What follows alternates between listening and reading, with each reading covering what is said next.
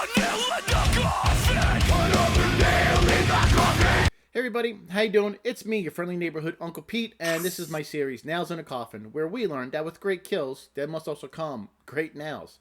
Before we get started with the Nails in a Coffin episode, quick reminder, if you want to be entered in to win this Funko Pop of Chucky, all you need to do is be subscribed to my channel and leave a comment down below on this video. Now you can enter once per video on all my videos released starting from last Friday's Nails in a Coffin episode of Black Friday until December 16th. After then, I'm going to select one name at random, and free of charge, I'm going to send them this Funko Pop of Chucky. Just my way of saying thank you for supporting my channel and just to spread some holiday cheer around. I hope everybody's having a wonderful holiday season. I'm covering 2017's Better Watch Out on my Nails in a Coffin episode today.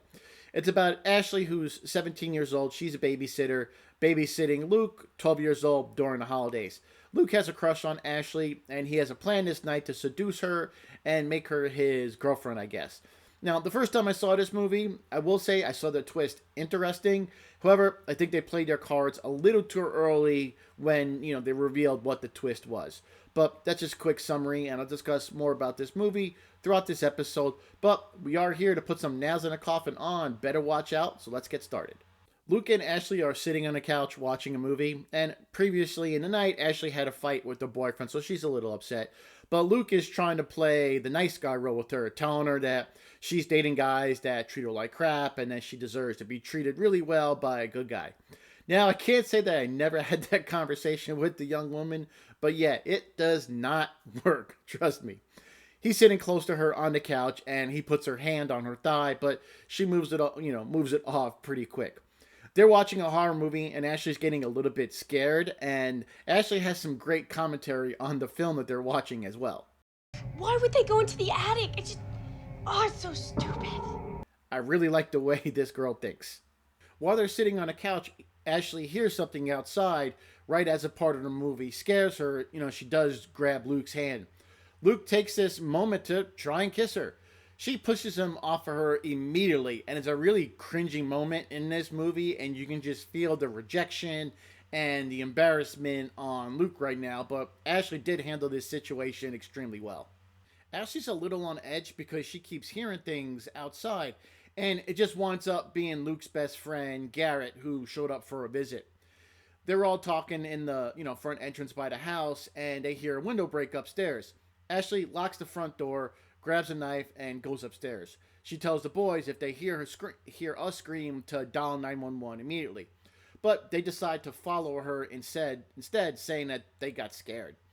Ashley sees that someone threw a brick through a window, and she's getting more and more freaked out, and she tries to call the police, but the phone lines are dead.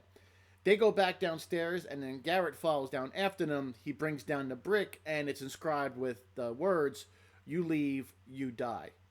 Garrett sees this and he panics and he runs out of the back of the house, but apparently he was killed by an unknown shooter. Garrett was not killed. It was all part of this elaborate plan of Luke to try and pretend like the house is going to get burglarized and so he can seduce Ashley. So Garrett dressed up as a burglar and was in the house while Ashley and Luke were hiding in the closet. Ashley figured out the ruse pretty quick, and she's pissed and she calls Luke a child and pathetic for thinking that if he played hero, he could get somewhere with her.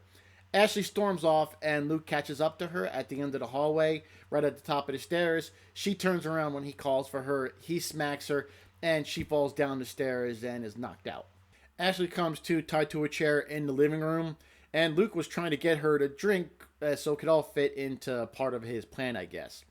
Her boyfriend Ricky arrives at the house after he received a text message from Ashley's phone earlier. He realizes that something is wrong when he can't find her when he gets to the house and Luke is acting really weird. Ricky enters the house and he goes upstairs looking around for Ashley because he can't find her. They're in the upstairs hallway. Luke hits Ricky in the back of the head with a baseball bat in an attempt to knock him out, but it really doesn't work. Ricky gets up, charges at Luke, throws him against the wall, and then throws him down on the floor.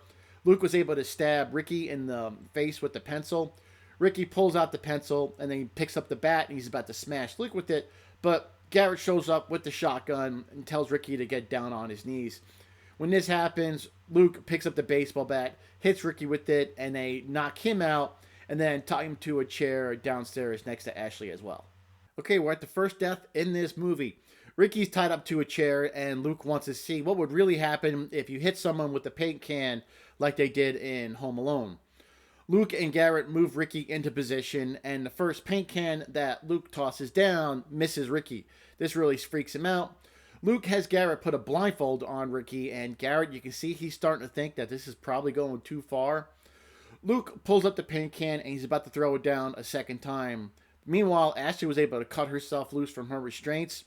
She grabs a gun that was on the counter, and she points it at Luke, telling him not to do it. She will shoot him if he doesn't stop. But Luke knows by now that that gun is not loaded. He tosses the paint can down again, and this time it hits Ricky in the face, killing him. The first set of nails in a coffin in Better Watch Out are going to go to Ricky, and I'm going to give him 2 nails in a coffin. I like that he knew something was wrong when he went looking for Ashley. Luke hit him in the head with the bat, so I'm sure he was probably out of sorts a bit from being hit in the head with the bat twice. I was close to giving Ricky 3 nails, but I think he made a mistake when he threw Luke to the floor. I feel as though if he had punched Luke in the stomach or kept knocking him into a wall, it would have been more effective. And he had no choice not to hit Luke with the bat since Garrett showed up there with the shotgun. And he was tied up when he was killed, so there wasn't much he could have done as well. And he couldn't have done anything when he was tied up. So for the first kill in the movie, Ricky, we're going to settle on 2 nails in the coffin. Luke had called Ashley's ex-boyfriend, Jeremy, claiming that she wants him to write an apology letter. Jeremy arrives and he has a talk with Luke. Luke convinces Jeremy to write the note. While Jeremy is sitting on a swing outside writing the letter, Luke takes a noose, wraps it around Jeremy's head, and the other end of the rope is tied to a lawnmower, which pulls Jeremy up, hanging him to death. The camera then shows what Jeremy wrote on a letter, and now it looks like Jeremy unalived himself since he couldn't get Ashley back. Jeremy earned himself 2 nails in a coffin. He was just trying to apologize to Ashley so he can get her back. Now, he wasn't the smartest person in the world to trust Luke. Like, why would a 17-year-old girl have a 12-year-old boy go tell her ex-boyfriend to write a letter and apologize? Not the smartest thing Jeremy ever did, but it wasn't dumb enough to get him 1 nail in the coffin. So, yeah, I just think he's just going to squeak by out and get 2 nails in the coffin. Not too many deaths in this movie, and we're at our final death in Better Watch Out. And it's Luke's buddy, Garrett. When Luke was outside busy with Jeremy, Ashley was trying to convince Garrett, hey, this has all gone too far. And Garrett was about to untie her and cut her loose. But before he does so, Garrett kisses Ashley on the cheek, right as Luke shows up and shoots Garrett with the shotgun, sending him flying across the room. I guess he was mad at Garrett had kissed Ashley on the cheek that he had touched her. Garrett is not dead just yet. Luke goes over to him. He's screaming and yelling at Garrett. Garrett knows that he's dying, and he just says, hey, I want my mom, and Luke shoots him again, killing him. Garrett was just a dumb kid for letting Luke manipulate him. However, I still need to give him a nail rating, but he's going to get 1 nail in the coffin. He had way too many opportunities to stop what was going on. I don't see why he let Luke manipulate him so far that he would kidnap Ashley, tie her up, and to continue to allow Luke to do what he was doing, especially after he had just killed Ricky. All this could have been solved with the hard punch to the face, and I'm not even going to say Garrett deserved to die, but he's in the position he's in now based on his dumb decisions, being dumb enough to let Luke manipulate him. So, sorry Garrett, you're young, but you're only going to get 1 nail in the coffin. Now that Garrett is dead, Ashley has lost all hope, and she completely shuts down, not responding to anything that Luke is saying or doing. Luke doesn't like this because he's not getting any type of reaction from Ashley. He then stabs her with a knife, leaving her for dead. He then sets up the house to make it look like a fight between Ashley, Jeremy, and Ricky. So I guess the plan was that Jeremy killed Ashley and Ricky and then unalived himself outside. He gets back into bed right as his parents arrive home. The mom starts screaming, and they think Luke slept through all of this. Stupid. However, Ashley is still alive, and she had stopped the bleeding from some duct tape. Luke hears that she's still alive, and he's watching as she's getting placed into an ambulance, and she looks up at him, and she flips off the little turd. There we go, ladies and gentlemen. Those are all my nails in a coffin for Better Watch Out. Not a lot of deaths in this movie, but not every horror movie can have a boatload of deaths. So, here's a quick summary of all the nails I've awarded. This movie was okay. I don't think I really ever will watch it again, and that's just because I hate Luke so much. I just wish I could punch him in the face multiple times. But thanks for watching. I appreciate it. Don't forget to subscribe if you haven't done so already, and leave a comment down below so you can be entered in to win my Funko Pop of Chucky. And as I said earlier in the video, I'll select a name at random on December 16th.